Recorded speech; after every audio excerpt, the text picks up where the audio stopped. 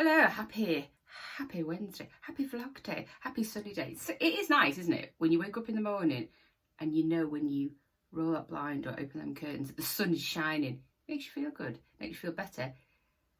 Still just gives that perplexed look of feeling of what should I wear, which drives me insane. But it was very hot, as predicted, over the weekend. I think we hit 31 on our drive, but it was, I like hot, I do like hot. I do like it when it's warm because it gives people a really good feeling, as does jumpers, boots and kicking leaves in the autumn, my favourite time of the year. But it has been nice, and that might be it now. But if anything, over this bloody summer, if anything is proved of all the disasters that are currently going on across the world, is that climate is shouting, mate, just someone, we need to listen and not wait for other people to do stuff. Even the simplest of things. How many of my friends don't do a simple thing as recycling? I don't get it. We have 2 bins in our kitchen. We always have had. And we recycle. And it's that simple. But so many people just don't do that simple thing. And if you don't do that simple thing, then what else are you not doing? And everybody does a little tiny bit, then it obviously has an effect. And the governments need to listen, because I say there's just seems to be there's a couple of days and there's a disaster, another couple of days and another disaster. So it's climate change screaming that we've got a problem, and it's scary. However, we move on to something that's not scary, and that's quite wonderful, which is Incredible Edible Garforth, run by the lovely volunteers in Garforth.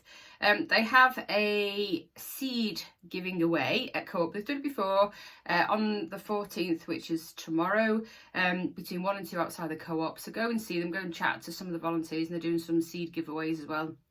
Just in time for planting. And if you didn't, we have been sharing it, but yesterday it started on the 12th of September, which is yesterday. Really good day because it was my birthday, 49, go me. They did start with Treetops Forest Schools at the wildlife area, which we'll come on into a minute as to where it is, because people get a bit confused. But they started, it's like toddlers and adults, and it's going to be on every week. So there's lots of information. If you go to Incredible Edibles Garforth, they're really, really good at their socials. Go and have a look on Instagram as well, and they'll tell you all the events that are coming up. But it's a great idea. I know Dan and the team have been trying to work on the wildlife area, doing lots of things and being able to offer lots of things. And another thing they're offering is Apple Day, which is going to be on the 23rd of September between 1 and 4. So they're going to make some apple juice. So there's lots of brilliant things that you can take your kids to that's just local. And local is Oak Grove. If you don't know where Oak Grove is, if you have 3 words, what's it called? What 3 words?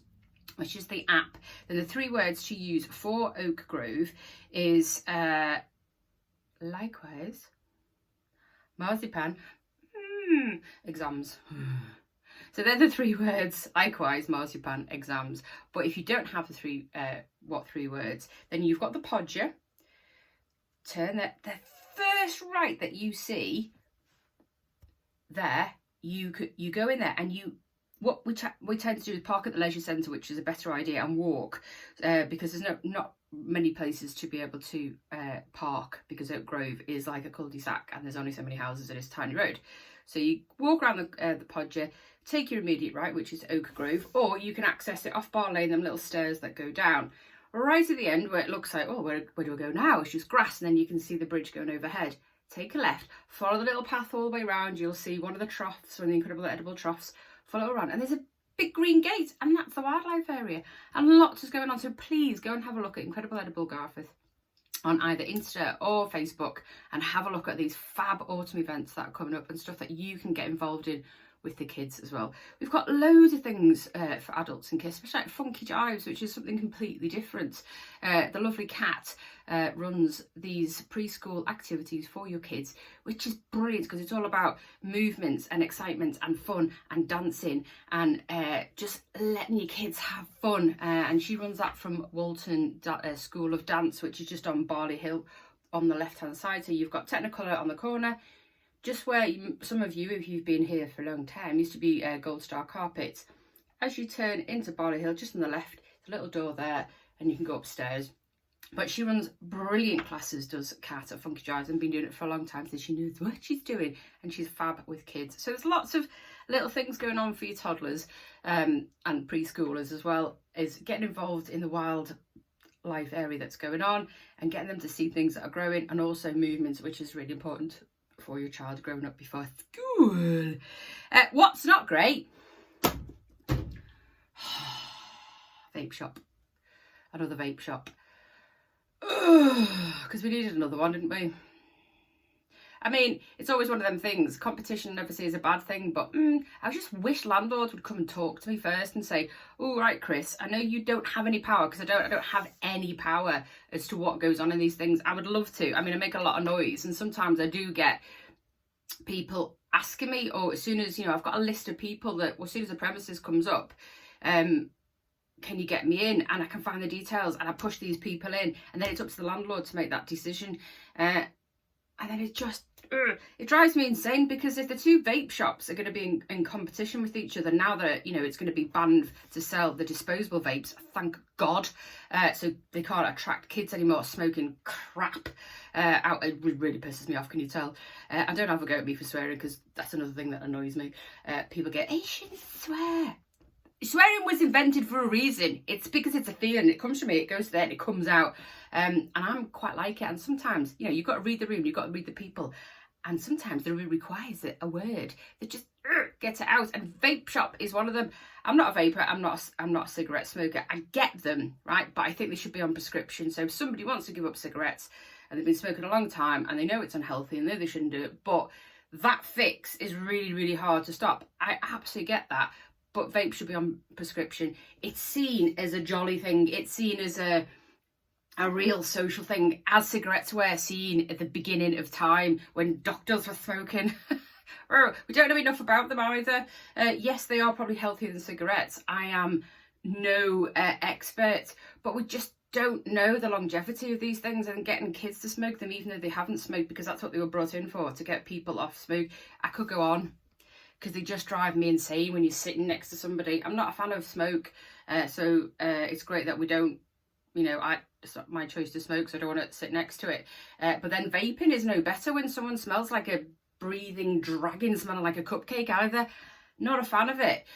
But if it helps somebody and it means that they get help coming off cigarettes, that's brilliant. But I think it should be on prescription. We shouldn't have shops making it look like a fun thing for kids.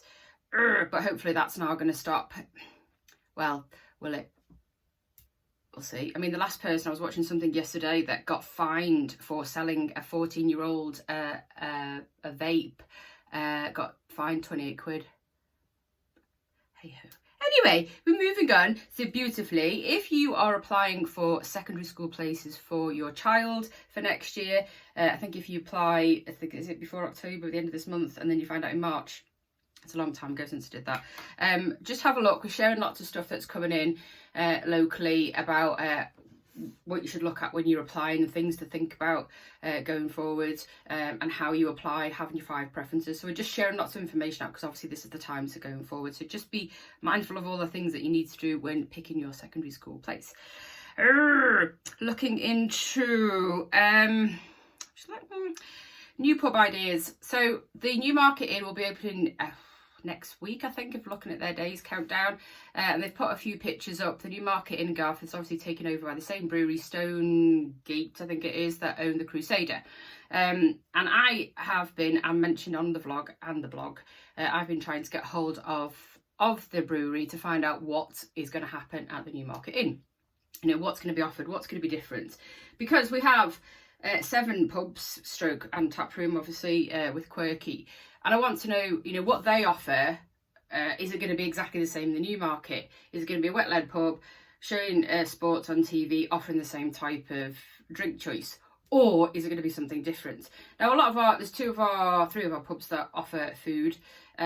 So we've got like the Miners and the Podger, and then obviously Quirkies have pop-up street food vans as well, and some have open mic nights and then karaoke quiz nights, and some of them are wetland pubs are very much of a muchness, and I'm not dissing that, because obviously there's a market for that, but I just wanted something different. So this is what I've suggested, because I did say I was going to send it to the pub, and I have done. So like craft beers, IPA options, new to the alcohol market, alcohol choices, video games, board games, doing movie nights, trivia nights, comedy nights, guest speakers, workshops, food and drink tasting nights, because they could do that, they could get someone in. Cultural events such as poetry, storytelling, local author appearances, outdoor games, room permitted in a courtyard, art exhibitions, themed nights, cross-promotion with other businesses on a high street. For example, the Newmarket could have a chippy night and work with Central Fisheries. Just ideas like this, community spaces for meetings or local projects or volunteers group. Ran through them really quickly, but just something a bit different. We've got bars and we've got pubs, and I just think some need to step it up and just change what it does. So we're just having a bit of variety, in my personal opinion. So we'll see if that happens. I'll leave you on a note that it was on Leeds Live yesterday about the possibilities of something coming into force, I did say possible, where people can no longer park on pavements, and the majority of Leeds were for it, apparently, as a city. Now that's going to work if you've got massive wide roads and live in big houses that offer that, like tree line drives. But in the likes of 1960s Taylor Wimpey homes in Garforth, that could actually cause more of a problem. The issue we have is quite selfish people that need to park right outside their house, which we've mentioned before, so much so it's like close to the living room. It's that's the problem. If people just give, like, okay, I'll give, I don't know, 4 foot, 5 foot, half metre, whatever it is, so I can put my wheels on there. But people who need to access it, even people, as obviously the obvious ones, which are prams and anybody who has a disability, or on an electric scooter or a wheelchair, but just generally people walking home with loads of kids from school and getting them past safely, people with dogs and because that's what pavements are for, isn't it? People. So if people were just a bit less selfish, it wouldn't be a problem. However, it's not policed, is it? And will it be policed? Should they change that and I'll no longer allow cars to park on pavements? It's not policed. People still do it because people are quite selfish. They need to park on the corner, even though it causes a hazard outside my house. Have a beautiful day. I'm going to have a beautiful weekend because it's my girls' weekend. Most important weekend of the year. Have a beautiful day.